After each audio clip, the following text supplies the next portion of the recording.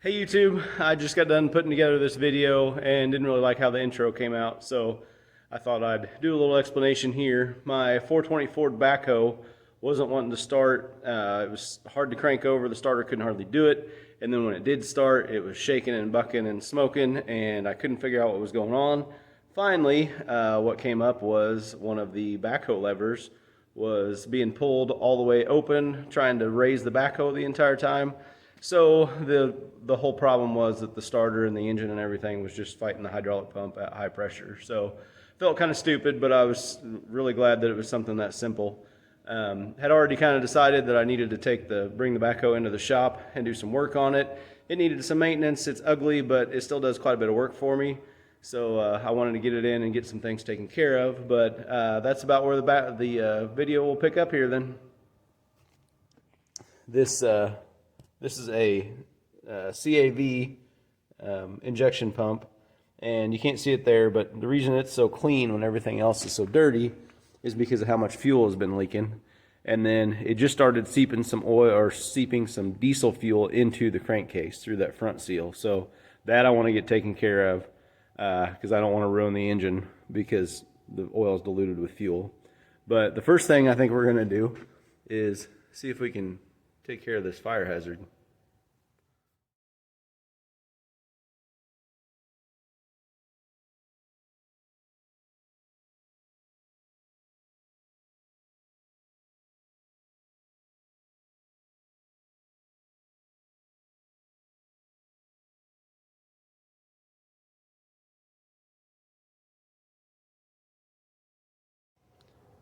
Oh, hey, look, it does have fuel injectors. I guess I don't have to worry about that anymore. Okay, so from what I can tell, we're ready to pull this pump off. I've got, of course, all these fuel lines, fuel shut off, all that good stuff. And from what I understand from all my YouTube research, it looks like I should be able to just pull this pump off. There should be a timing mark right here on the edge of the pump and on this cover. I'll need to verify that. And then there's a cover on the other side of this timing cover that I can pull off, and there'll be 3 bolts that hold the pump gear onto the front of the pump, and it is doweled, so it shouldn't, like, I shouldn't have to do anything as far as timing. As long as I unhook it, line up my marks, and then put it back without the engine moving or doing anything, we should be okay. If I'm wrong about that, by the time you see this, it'll be too late. But so that's what we're going to get started on.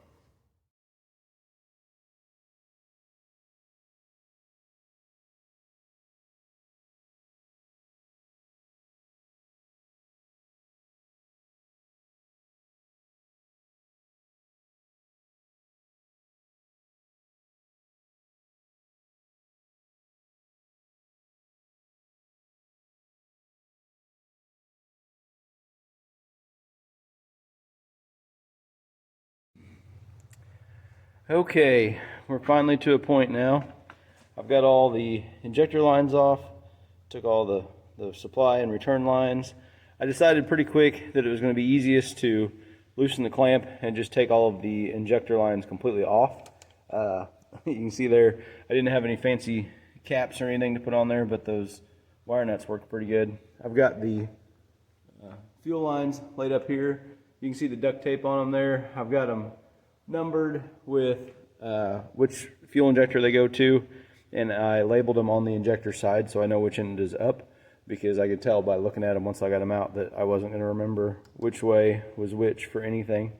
So everything came off pretty well.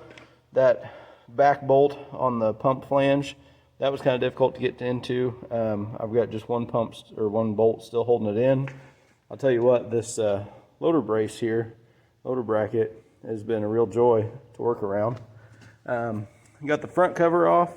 Turns out it was held on with 5 bolts, not 3, but no big deal. And then I've got those 3 bolts on the front of that pump gear loose. So now I'm going to see if I can very carefully get those pump bolts out of there, or those gear bolts out of there, without dropping them down into the crankcase, because that would be a bit of a nightmare. And then we'll see if we can get this pump slid out.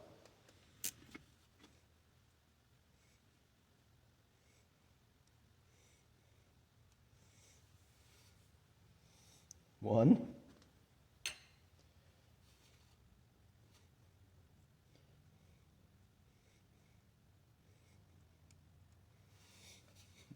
2,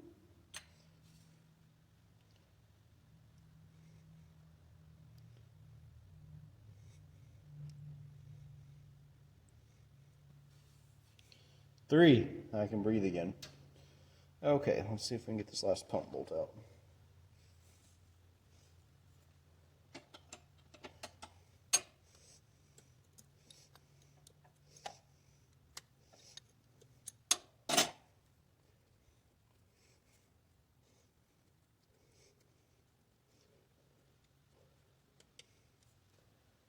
Kind of wondering if coming out the bottom is going to be the easiest here. The battery is unhooked, by the way, too, so we don't do a bunch of sparking. All right, there it is. Okay, we've got our pump out on our expert workbench here. Let's see if I can shed some light on what's going on. And we're going to start pulling it apart. Basically, I think what I'm going to do is, I've got the seal kit here. I'm just going to start pulling things apart and lay them out, and then later I can go back and match up old seals with new seals. I'll leave the seals and washers and all that good stuff on each part. So we'll see what we can do here. I've done my YouTube studying on this. I watched Bundy Bear's Shed. He's got a good video about taking one of these apart and putting a set of seals in it. So I'll probably might have to reference that as we go through here, but we'll see if we can get it taken apart and figure out how to get it put back together.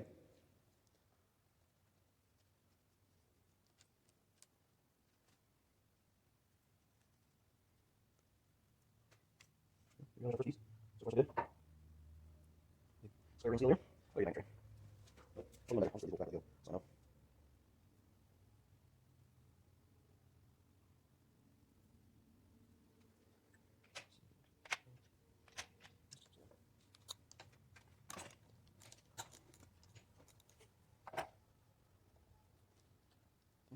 Washers here. No, not really.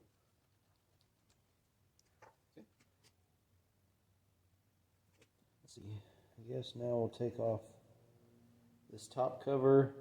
It sounds like there's not a whole lot that you have to be super careful about whenever you take it apart, but this top cover will, there's a couple spring settings that you've got to pay attention to. So we'll try and watch that. Where's that? Oh. Okay. It looks like we are in the middle of this front plate. There's 3 holes, a top, center, and a bottom. And it appears as though we're in the center there. And then up here, the top spring is also in the center. So the center on both of them, that should be easy enough to remember. And that came out. I'm going to just leave that upside down for now. There's the little stopper piece. Okay. And then this little rod comes out. This is just supposed to come out of here, like so. Uh-oh. Uh-oh. Something fell on the floor and I have no idea what it was. Crap. There's a ball. I see it.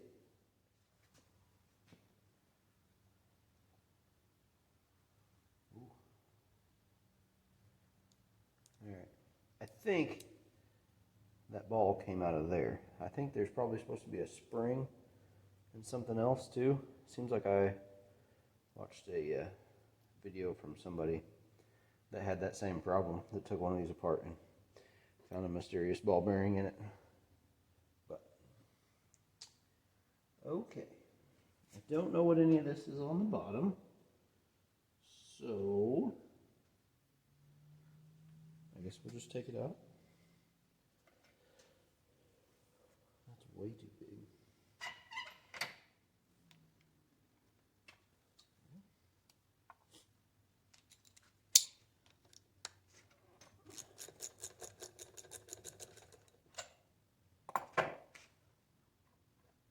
I bet we're gonna make a mess here.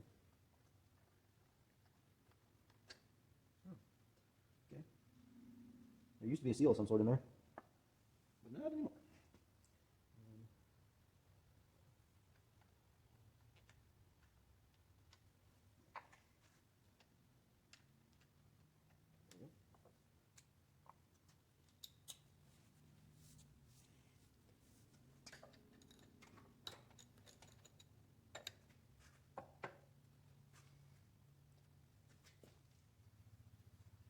Know what that is. It's off though, and we're running fuel everywhere. Great.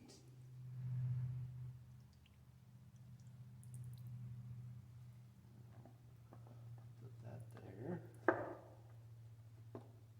and I guess we'll just let that finish being all over the place.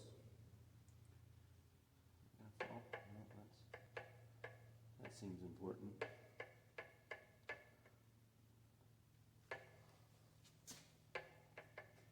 That's probably going to stay in there though. Okay. And this can come out, I think.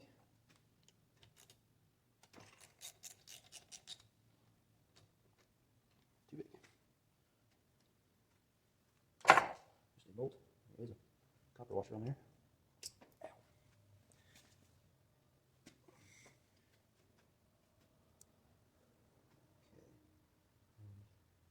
That's too big.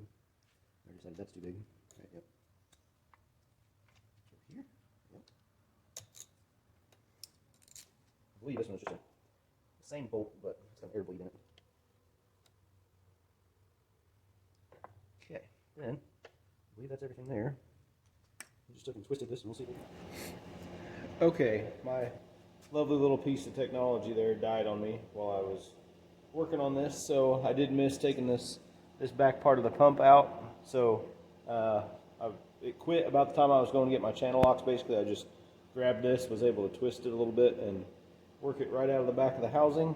And then the only other thing I did was remove this front drive adapter here. There was just this Allen bolt and a lock washer. Got it taken out, stuck a pick between these two bolts to hold it still, and that came out pretty easy too. Also got the housing all cleaned up here. Somebody had smeared RTV just all over the front of this. I guess it probably had leaked at some point, so they had made a mess out of that. Spent a little while cleaning that up and just kind of real lightly hit the outside with a wire brush to get the dirt and stuff loose. And so now basically what I'm going to do is just start cleaning up pieces and start putting them back in. The first thing I'm going to do is get this front seal put in and get that front drive adapter in. I'll show you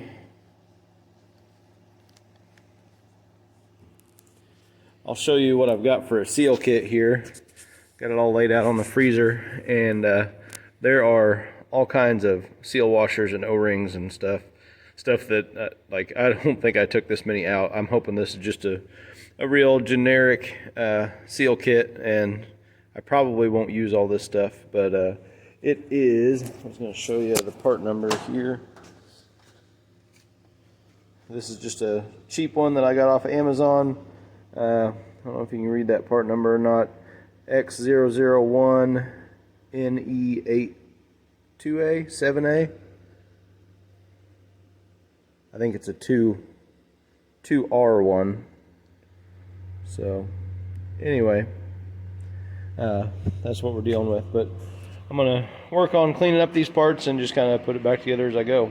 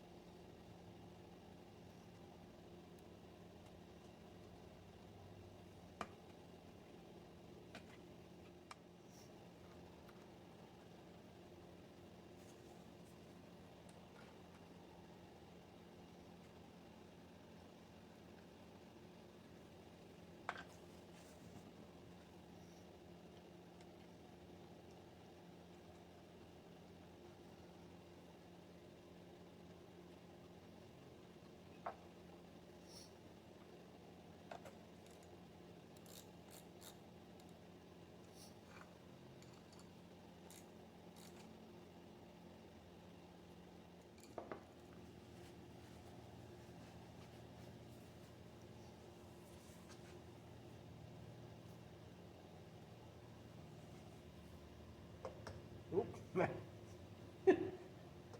would have been good. Put it in backwards. Yeah, I gotta get that O-ring out of there.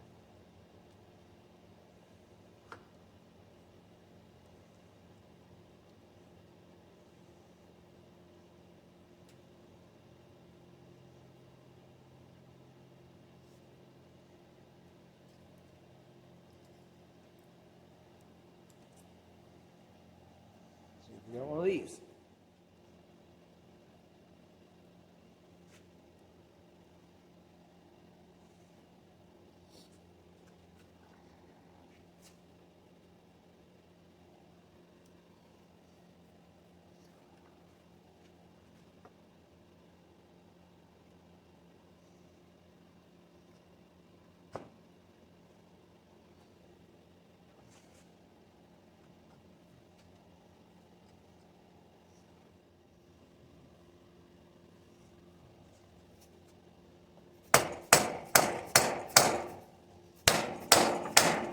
There we go.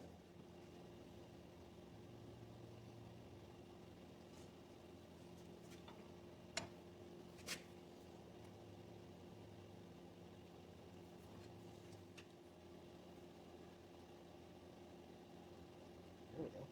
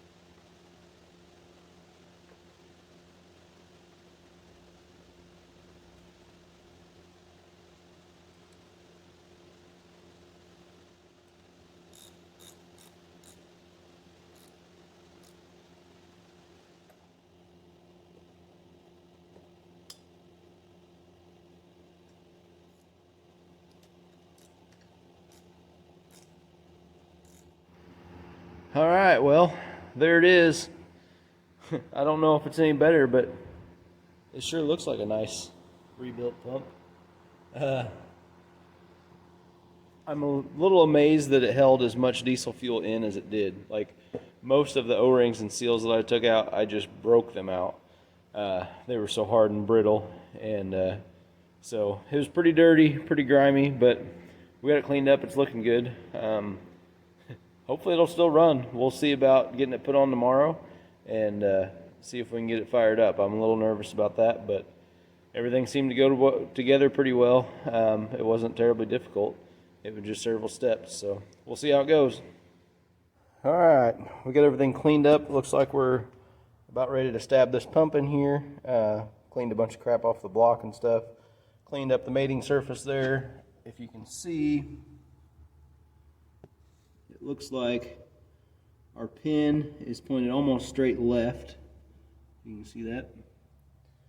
So I'm going to set up the pump drive accordingly, and we'll see if we can get this stuck back in there without dropping any bolts down the crankcase again. To start, I almost forgot about my gasket here, so I'm going to get some gasket maker on here.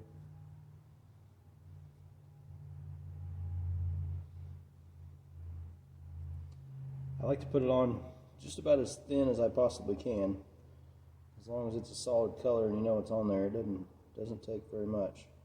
Whenever you bolt that down and squeeze that, it'll squeeze all out and around and everything.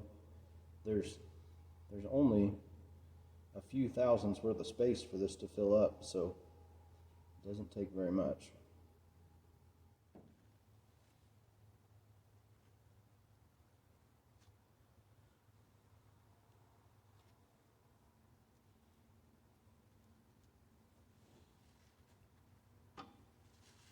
Here goes nothing. I'm going to try and be careful and not bump around that gear too much, because I don't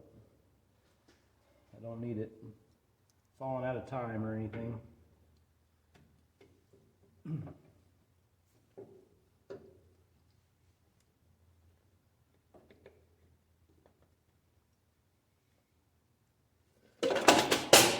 Oh, that's handy.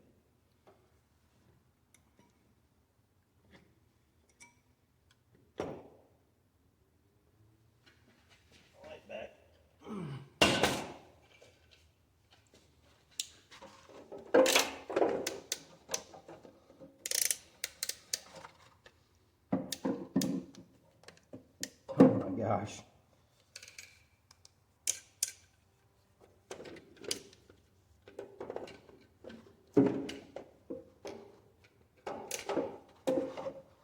Where did I have this thing?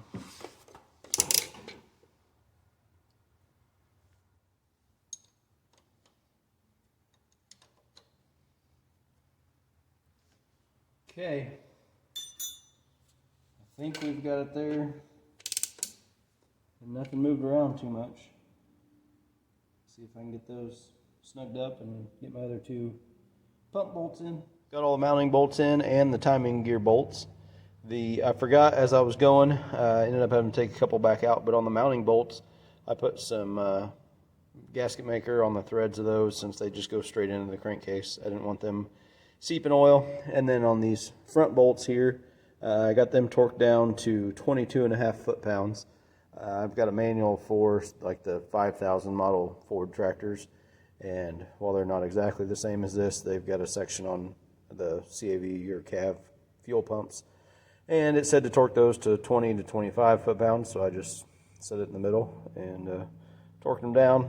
Got the back return fuel line and the throttle linkage hooked up. Getting ready to do the injector lines, or I am doing the injector lines. Just trying to kind of do stuff in an order that I don't put anything in the way of getting something else done. So it looks like the injectors are next. I cleaned up all these injector lines, blew air through them, and then you can see also whenever I took them off, I labeled them cylinders 1, 2, and 3, and then I labeled them up on the injector end, just because with all the crazy bends that these have, sitting there trying to sort them out would be a bear, so this makes that nice and simple. Also, I don't know if I showed it earlier, but those wire nuts fit on these injectors just right. for dirt caps. So that's something that I try to do through this whole process, is keep everything sealed up and clean. That kit, it was real handy. It came with a lot of the caps, but I didn't know that when I was taking things apart, so I found those wire nuts. Now we'll see if we can finish getting these injector lines. I've got one more, the fuel supply line, and then another return line, and I think that's pretty close. Then maybe just the fuel shut off, so we'll come back when we get that taken care of. Okay, that's everything buttoned up pretty much. We've got all the injector lines on, fuel shut off, return lines, throttle linkage, all that's hooked up. We got the cover plate back on the front. We got the radiator hose back on the injector lines. So I tightened them down on the pump. I tightened the nuts down on the pump, and then up here on the injectors, I ran them all the way down and then backed them off about a half a turn, so that way we can bleed those. So I've got it full of fuel now, or at least most of the way full of fuel, everything that I've got anyway. So we're going to start by bleeding out of this filter bleed, and then there's a bleed here for the fuel pump case, and then we'll go up and bleed the injectors once we get it cranking over. One thing while I was putting all the lines back on that I forgot to mention, this clamp here for the injector lines, the rubber piece that went in there was bad, so I ended up finding an old serpentine belt from a car that I had and just cut a couple pieces, so that worked out pretty nice. They're nice tough rubber and fit in there real good, so there's an idea for you. But we'll get the fuel turned on, see if we can get some fuel to come out of these two vents, and then we'll commence to turning it over and see if we can get it to start.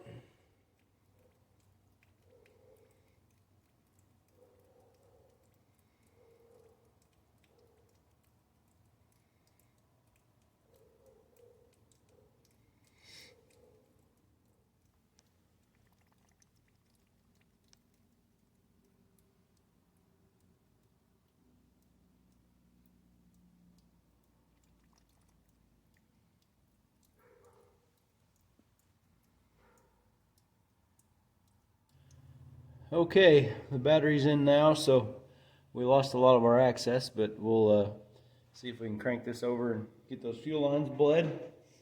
See what happens.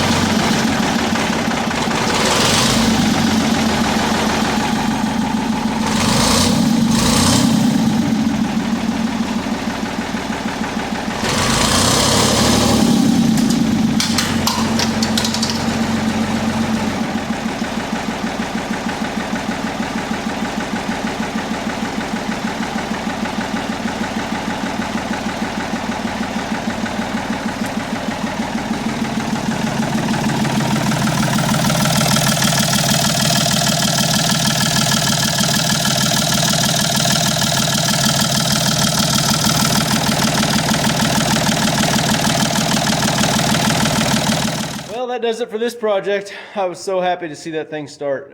It cranked over quite a bit. I guess it just took that much to get everything purged out of the lines and everything. But that's my very first time taking apart an injection pump and getting it back together, and it ran afterwards. So pretty stoked about that. Hopefully we'll keep an eye on it and make sure it doesn't leak any more oil in the crankcase, Gonna change the oil and put it back to work.